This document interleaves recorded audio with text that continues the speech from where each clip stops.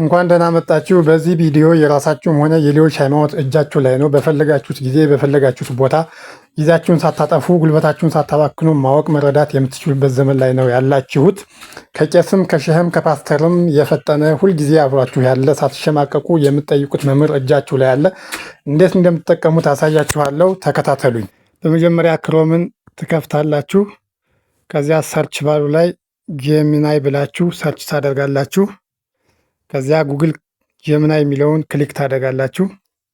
ከዚያ እዚህ ጋር አስክ ጀምናይ የሚለው ቦታ ላይ የፈለጋችሁትን ጥያቄ ትጽፉለታላችሁ። ጥያቄውን ግልጽና እጥር ምጥር ባለመልኩ አስቀምጡለት ማለት ነው። ለምሳሌ ያህል ዛሬ የኢትዮጵያ ኦርቶዶክስ ተዋሕዶ ቤተክርስቲያንን መሰረታዊ ዶክትሪን የሚባሉትን እንጠይቀው። ለምሳሌ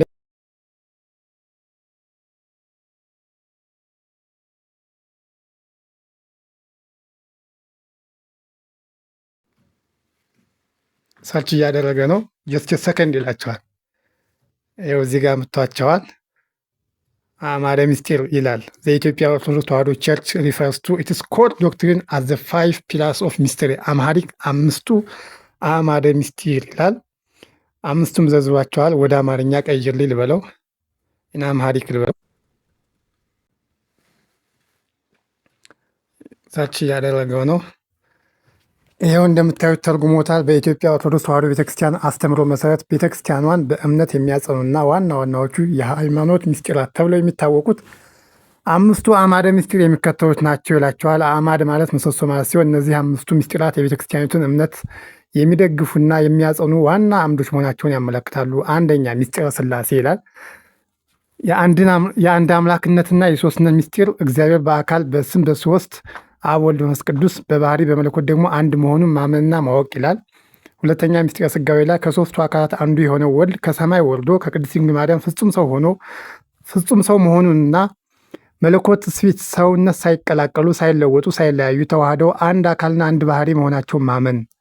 ምስጢረ ጥምቀት ሶስተኛው በጌታችን ምሳሌነት በውሃና በመንፈስ ቅዱስ ተጠምቆ ከኃጢአት መንጻት የእግዚአብሔር ልጅነትን ማግኘትና ዳግም መወለድ ይላል።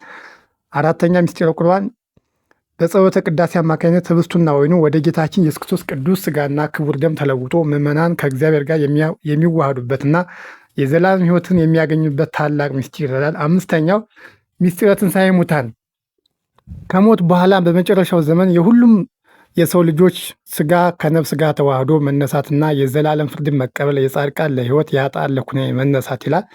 ከዚያ ቀጥሎ ምን እንደሚል ታውቃላችሁ? ከላይ የተዘረዘሩት ምስጢራት በቤተክርስቲያኒቱ አስተምሮ መሰረት አንደኛ ምስጢረ ሥላሴና ምስጢረ ሥጋዌ አምነን የምንቀበላቸው ናቸው ይላል።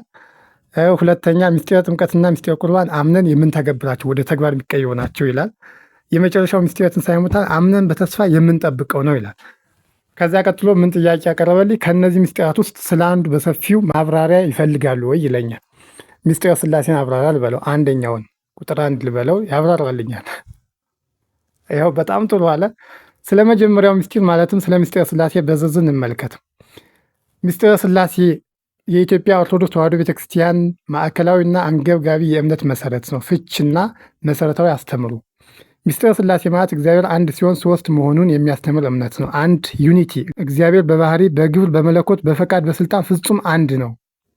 ይህ ማለት አንድ አምላክ ዋን ጋድ ሄድ ብቻ ነው። ሶስትነት፣ ይህ አንድ አምላክ ግን በሶስት አካላት በሶስት ስሞች ይለያል። እነርሱም አብ ዘፋዘር፣ ወልድ ዘሰን፣ መንፈስ ቅዱስ ዘሆሊ ስፒሪት የአካላት መለያ ምልክቶች ይላል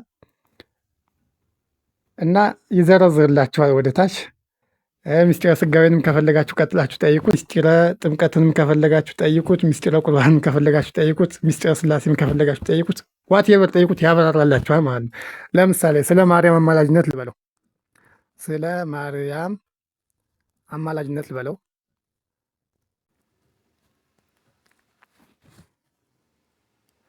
በኢትዮጵያ ኦርቶዶክስ ተዋሕዶ ቤተክርስቲያን አስተምሮ የእመቤታችን የቅድስት ድንግል ማርያም አማላጅነት ትልቅ ቦታ ያለውና የሃይማኖቱ ዋና አካል የሆነ እምነት ነው። ቤተክርስቲያኒቱ አማላጅነቷን የምትቀበልበት የምታከብርበትን ምክንያት በዋናነት የሚከተሉት ነጥቦች ታስረዳለች ይላል። የእመቤታችን ቅድስት ድንግል ማርያም አማላጅነት፣ የአማላጅነት መሰረት የእግዚአብሔር እናትነት፣ ወላዲተ አምላክ።